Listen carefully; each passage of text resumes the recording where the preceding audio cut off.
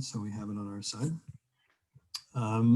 Record number of people, 131 folks. We haven't had that many for our presentation so far this year, so must be the topic. I'm not sure. We appreciate you being here today. I have Ashley, Antonio, and Loretta to help us as we go through this. And again, please type your questions into the chat as we go along, and we'll go ahead and answer those. It's also important that we have your names on the screen so that when we do our drawing at the end, we'll be able to select people and see what's happening. But I'm not the Mr. Technology guy, as y'all know, so that's why the team is here today to help out. So Ashley, Loretta, if you'd like to start, that would be great. And we're going to start on the home screen of the SkillsUSA webpage. So this is the home screen you're looking at now.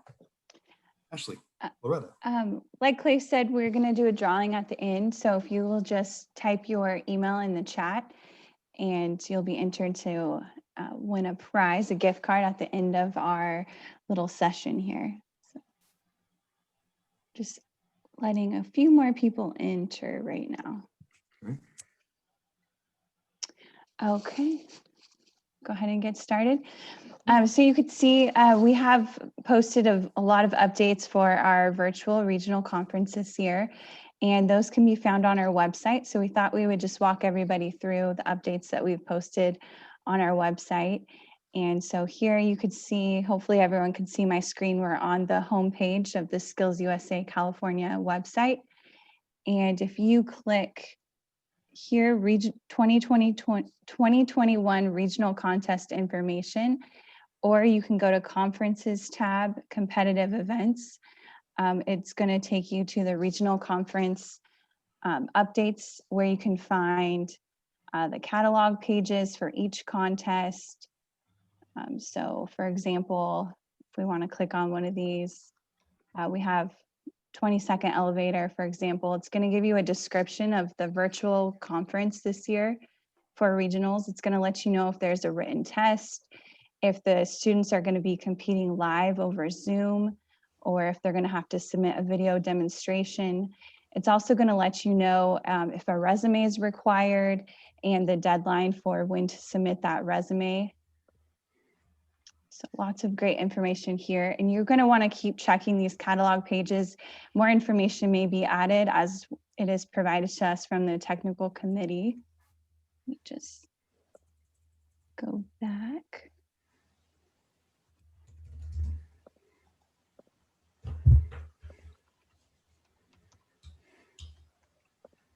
Oops, sorry about that. Okay. Good to see so many folks on today. Appreciate you being here.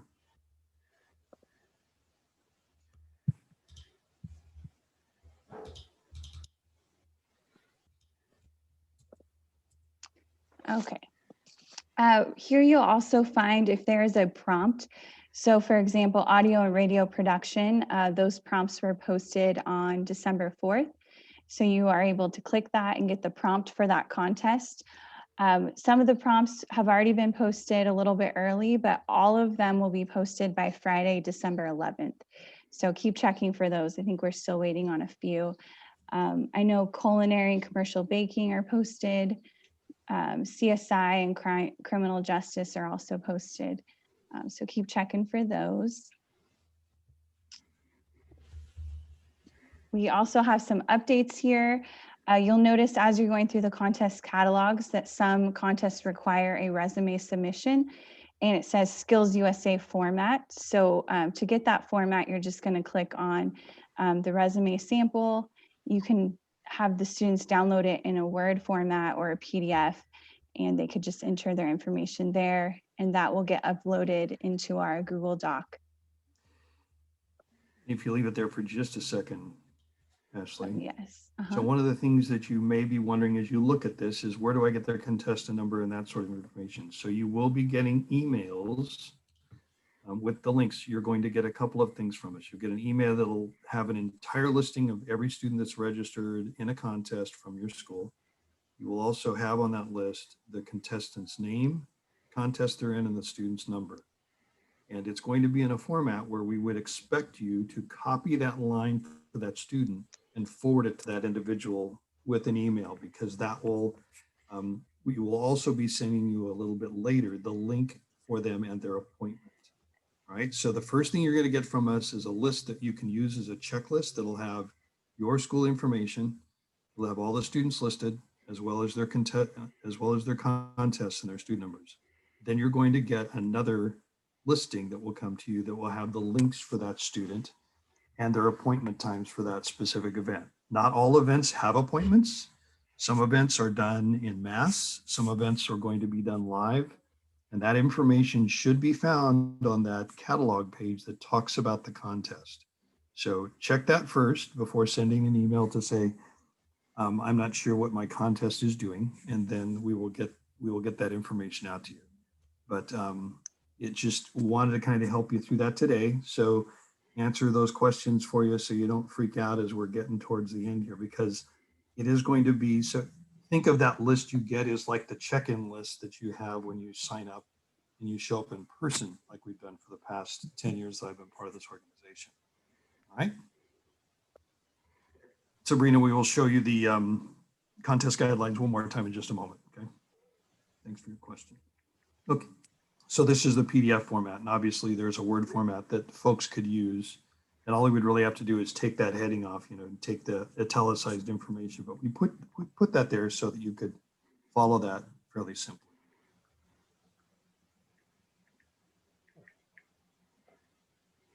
The students will use their contestant ID number, like Clay said, in both the demonstration videos and the resume uploads. So no first and last names will be used. So that can be there. And so you wanted me to go back to the guidelines, Clay? Sure, that'd be great. So the video go ahead. I'm sorry, Ashley. Oh, go ahead. These are the video demonstration guidelines for this year.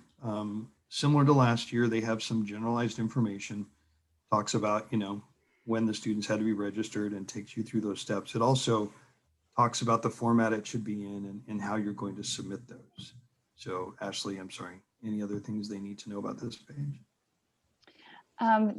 Just the demonstration guidelines, they're very basic. The majority of the information is going to be specific to each individual contest. So it's really important to go to your catalog page and read that information there about the demonstration videos.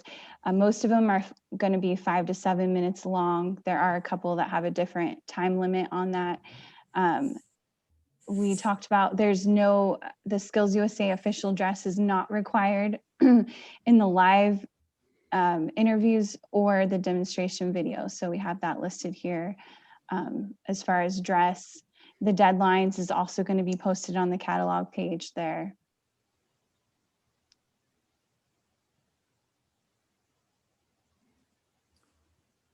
Great. And the other thing to think about when you get that information or you look at the contest catalog page, if it says there's a submission date, that is the date that information has to be submitted by. So you may have you'll notice when you look through those pages, the majority of the contests, you have to submit your materials for the event 2 weeks prior to the contest. There are a few contests that gave a 1 week prior to the contest date. And so just know that that's a good place for you to reference back once you get your students and you know what contest they're in.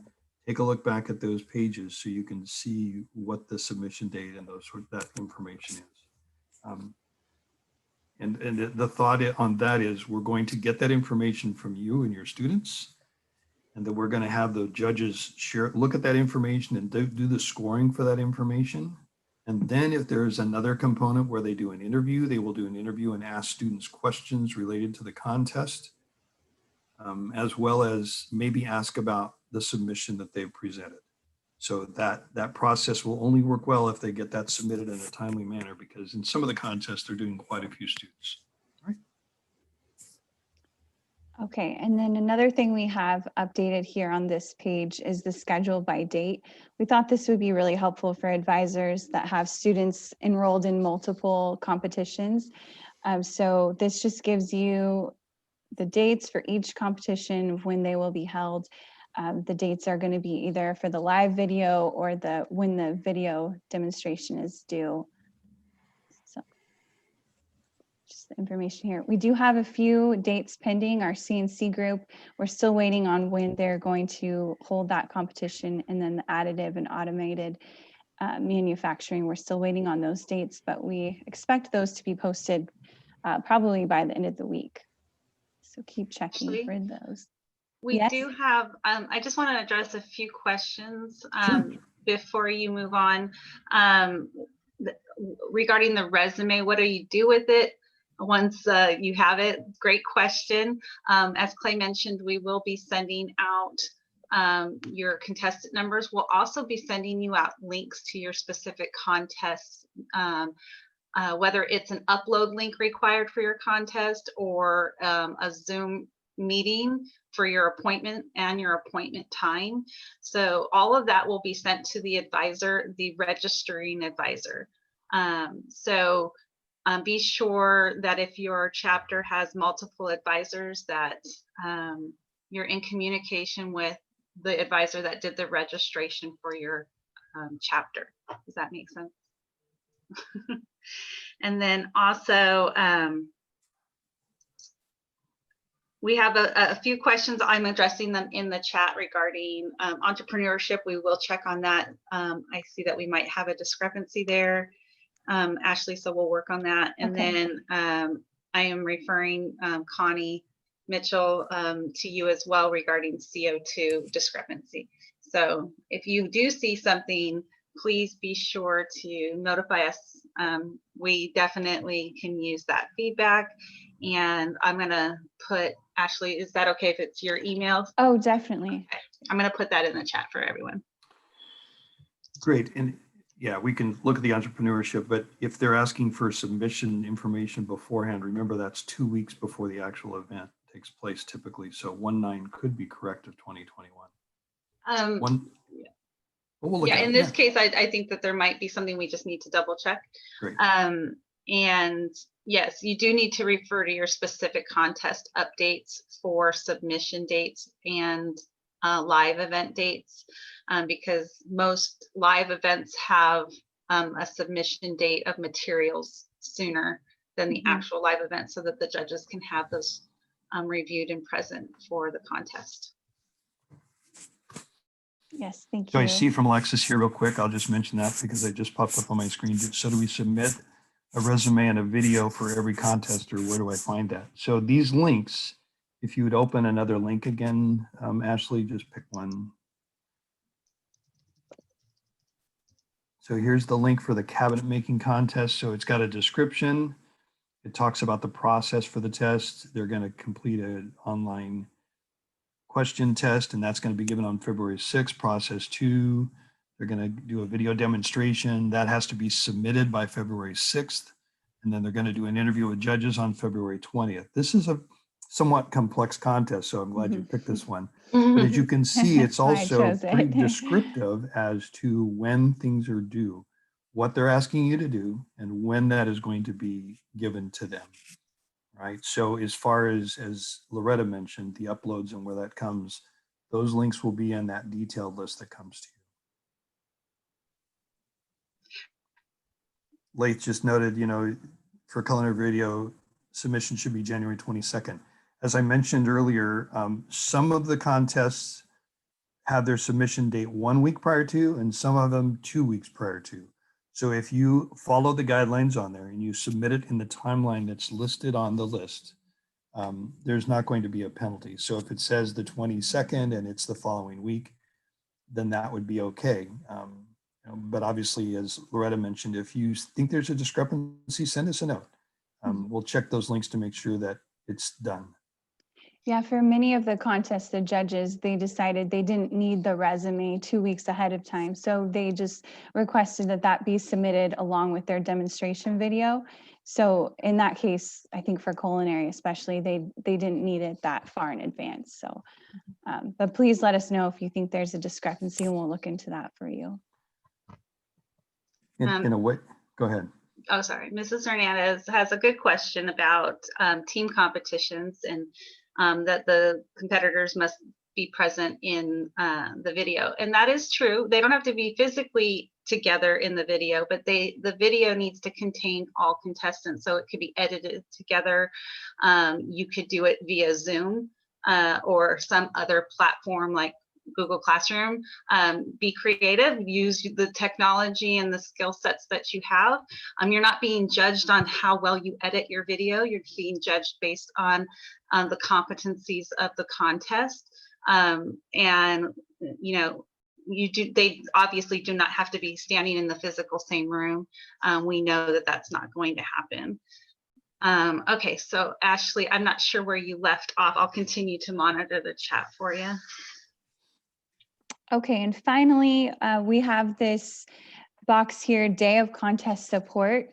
You'll notice we don't have the link here yet, but this will be an active link that you can go to the day of for live contests. So if a student's having trouble getting on with the judges for their live competition or having internet problems, this is going to be where they can go to reach out to one of our staff members who can connect them.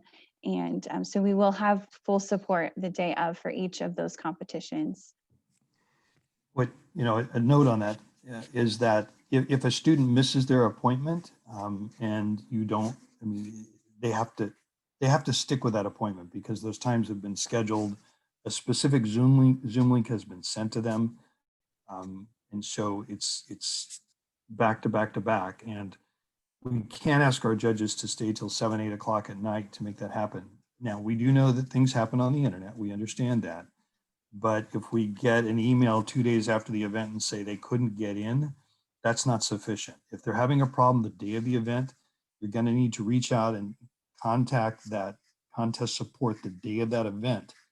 And the student should do it to let us know what is going on. That's the best way to do it. Put the responsibility on them, because it is their contest, and let them let us know what's happening so that we can work with them to try and get them in and make it successful for them.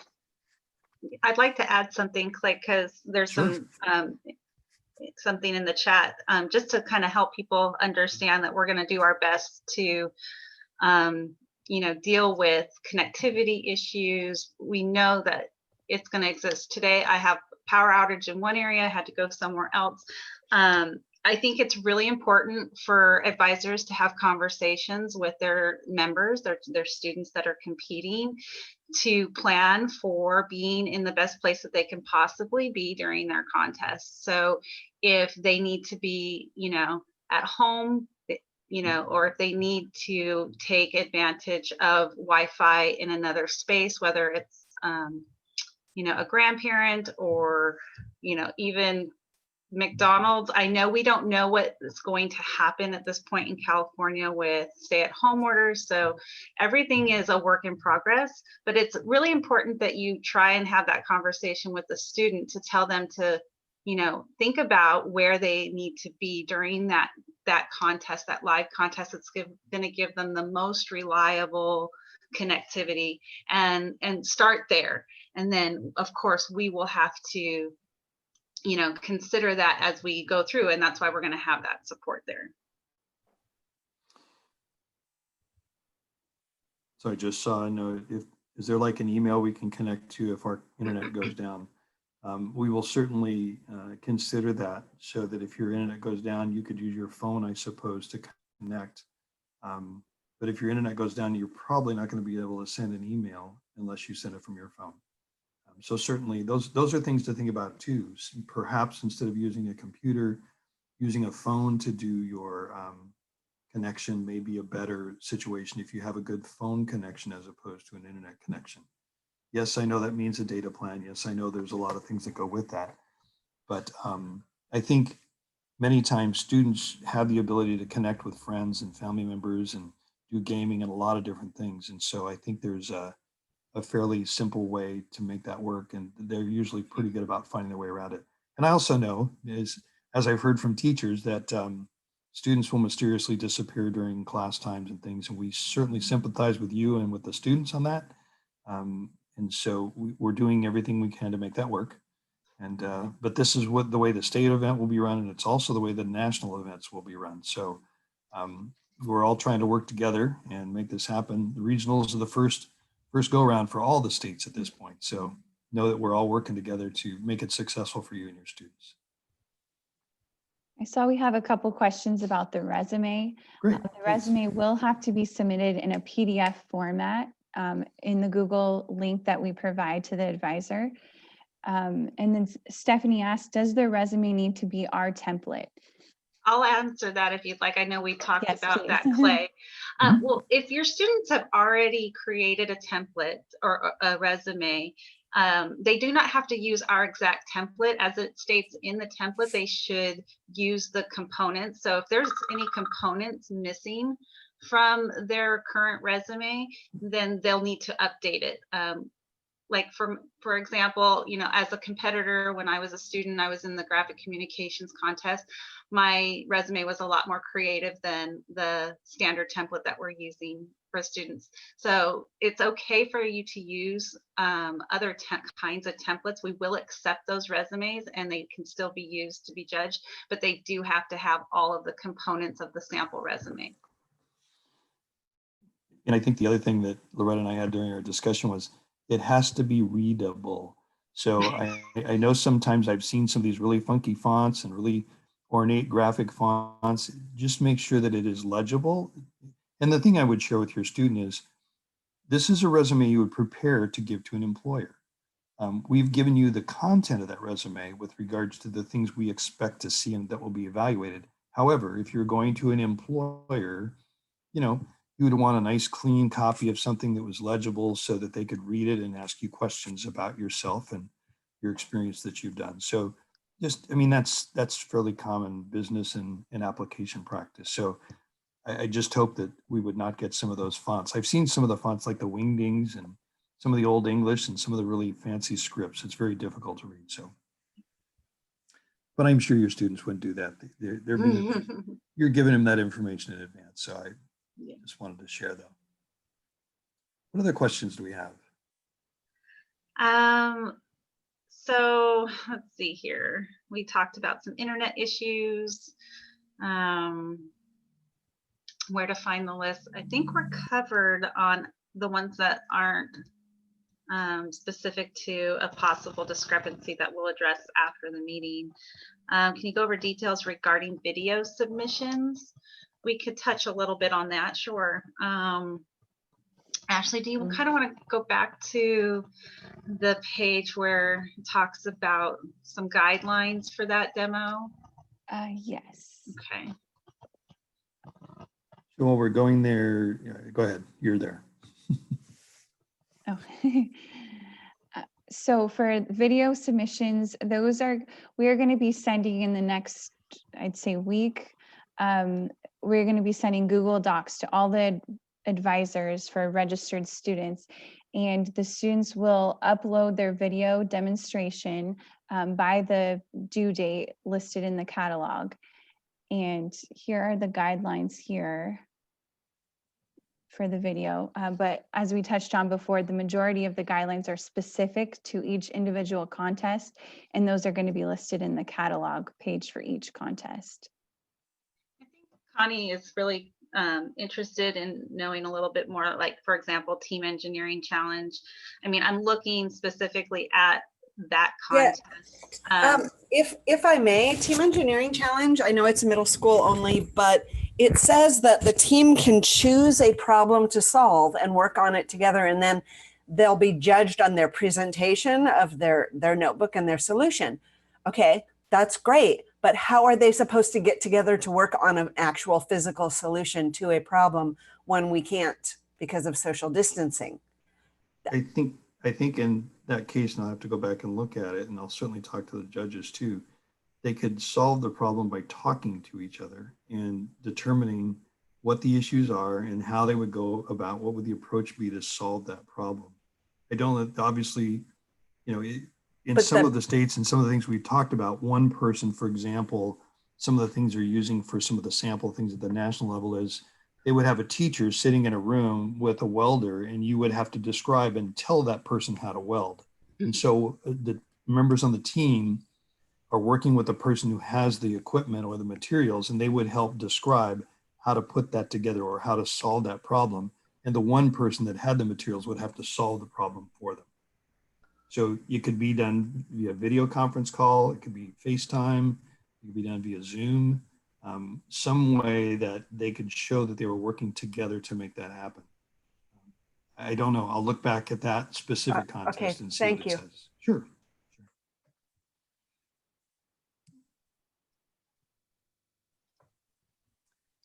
Any other questions, Ashley, Loretta? We had a question from Antonio. Alexis. What would we have to wear or can wear during the competition? Should we dress formally?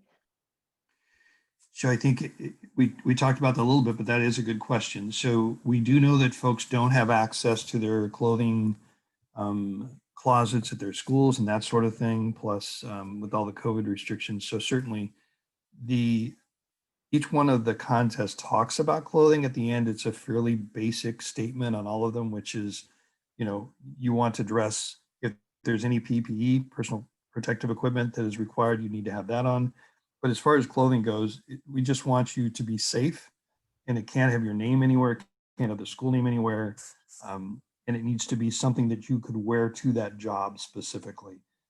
Again, don't go out and buy clothes. If they have short sleeve shirt, whatever it could be. If they have official dress, they're welcome to wear official dress, but there will not be any point deductions for clothing, aside from the fact if they're swearing on it or marijuana leaves or something with the school's name or the student's name with it's identifiable, then that would obviously be a point deduction. But other than that, there's not going to be a lot of, we're not going to look closely at points to make sure that you're dressed exactly right. Right. Great question, Leslie. When are we planning on sending out those links?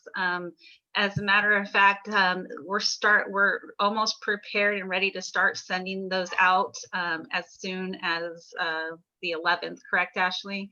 Yeah, I think tomorrow. are- Sorry, some of them will start going out tomorrow. Yeah, so we're going to start sending them in the order of the contests that they're going to go live. So we want to make sure the earlier contests get their information first, and then we'll work down that list and hopefully have all of them out to the members pretty quickly following, that process.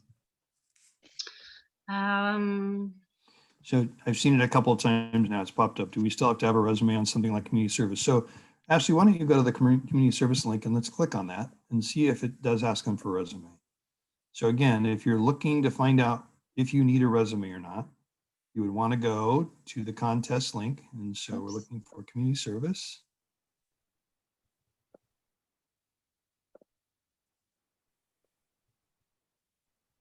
Community service. Click on the link, and here's what it talks about. So It's going to tell you here. Resumes and contest notebooks must be submitted to SkillsUSA California by January 2nd, 2021 with the details to follow. So the details to follow in that case, when you get your registration for that student, there will be a link for you to upload or send that information to. So you will receive that by the 18th, I would assume, because that's one of the earlier contests. So you're going to get that in one of the first sets of information that we send out to contestants. But right there is where you would find whether you need a resume or not. And the same would be true for almost every contest. There's not that many contests that don't require a resume. Yeah. Most of them do. I was going to say They're this usually year, highlighted right there. because of our limited, we don't get to see you in person, and that's sad for me. Because of that, we did put a situation in place where most of the contests have a resume. Most of the contests have somewhere of written information related to them, whether that's a test or whether it's submitting something in writing. Most of the tests, many of the contests will have video demonstrations if it's something related to a skill. So just check on these, check at this catalog level and see what you're looking for from a contest perspective. That'll save you a lot of headaches. And again, I think it's a good idea to have your students go and read that. If you know what your students have signed up for, let them go there and look at community service project. And then they can ask you questions, hey, Mr. Mitchell, how are we supposed to do this? And then you can send them that link for their resume and contest notebook upload. So they'll have that as well. For team contests, it will be one link and one form for all contestants for that contest. So a team would need to gather those resumes, you know, and also have that, if it requires a video or notebook, whatever that contest requires, it would all need to be present. Only one person will submit the information, but all the contestants will be on the same form, so that our judges are given the one link to your contestants and they're able to verify that all contestants have submitted their resumes. So we're not trying to match up stuff. It's really to help streamline that. So just know that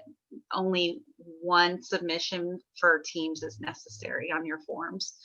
If the test requires an exam, however, each contestant will take the exam, even if it's a team contest. So you'll have the links for that.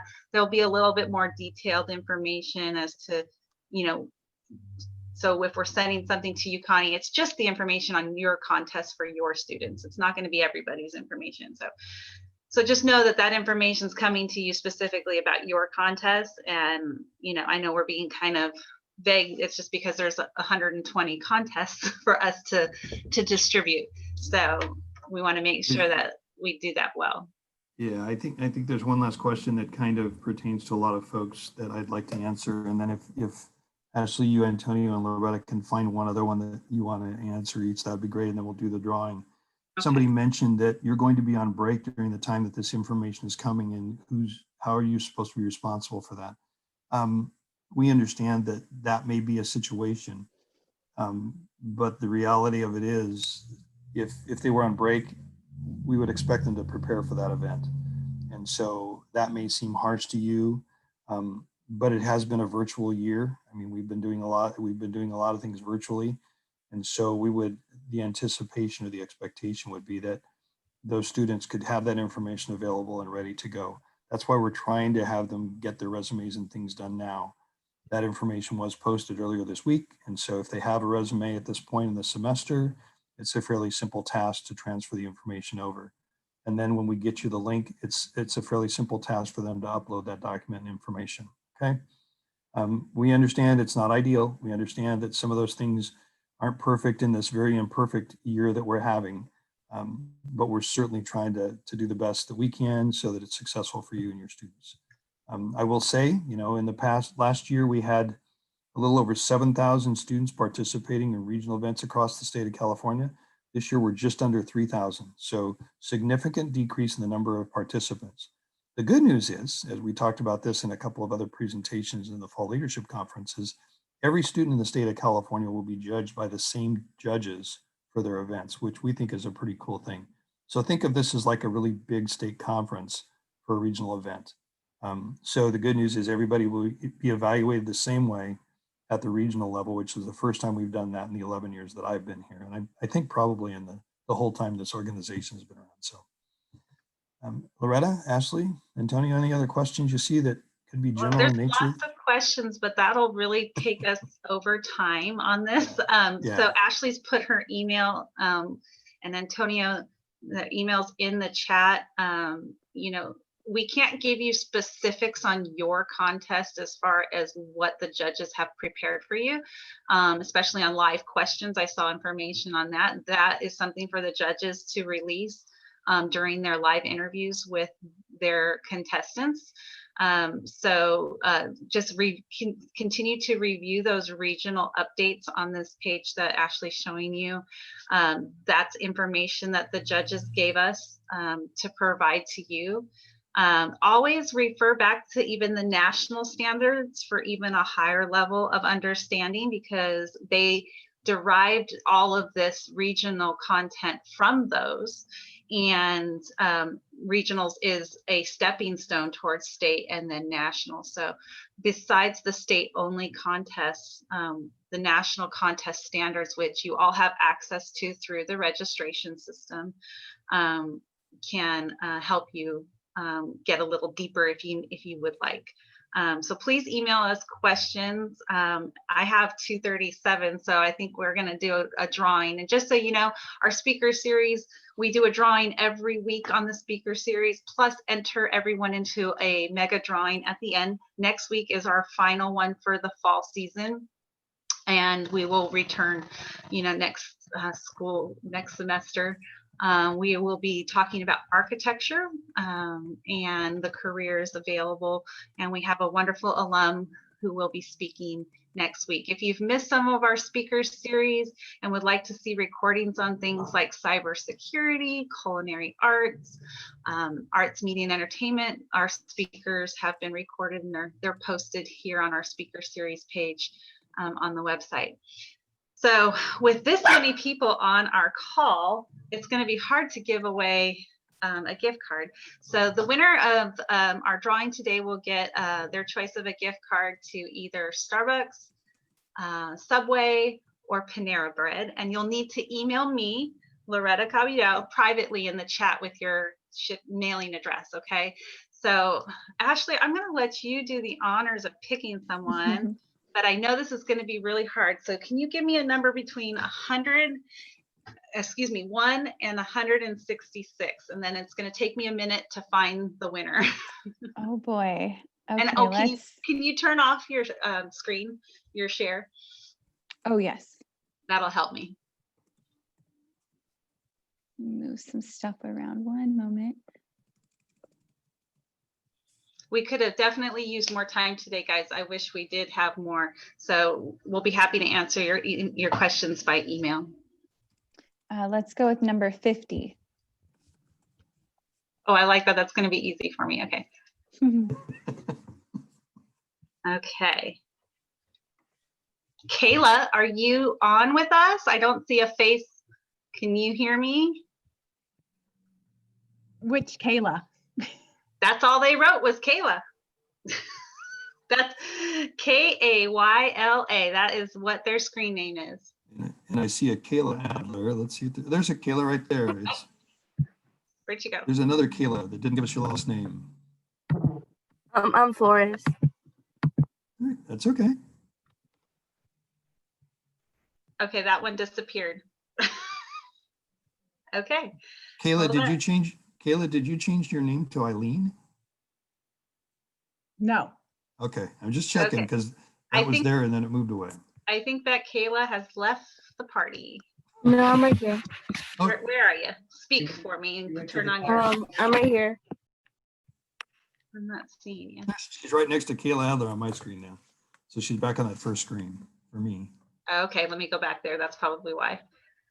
Okay, so Kayla, yeah, it's just Kayla. It's not Kayla Adler. So Kayla, you have won your choice of gift card. You can private message me in the chat right now. Go to Loretta Caballero and put your first and last name and your mailing address and your choice of either Starbucks, Panera Bread, or Subway. Okay, sounds good. Thank you. And all of those who put in an email in the chat today will be entered into our mega prize. Okay. I know we have a few previous winners on the call, so. Okay. All right, Mr. Mitchell. Okay, well, thank you guys. I'm putting on here that we're going to be posting an FAQ on the website addressing all the other questions that we got today, as well as some of the other ones. So please, if you have questions, send them to us. It's not you're probably not the only one that has that question. There's probably somebody else somewhere that has it as well. So please ask. We will post those so people can see them. All right. Appreciate you being here today. And thanks so much for your involvement again with SkillsUSA this year. Thank you.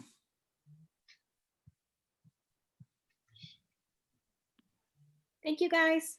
You bet. Thank you. Thank you. Thank you for that. 30 minutes is just not enough sometimes. I know. You needed 2 hours. Well, I mean, we covered the things that we needed.